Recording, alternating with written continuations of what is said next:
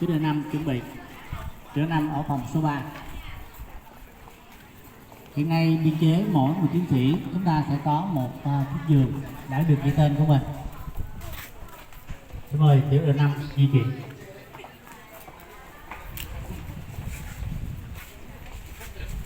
Tiểu đội 6 sẽ ở phòng số 3 và phòng số 4.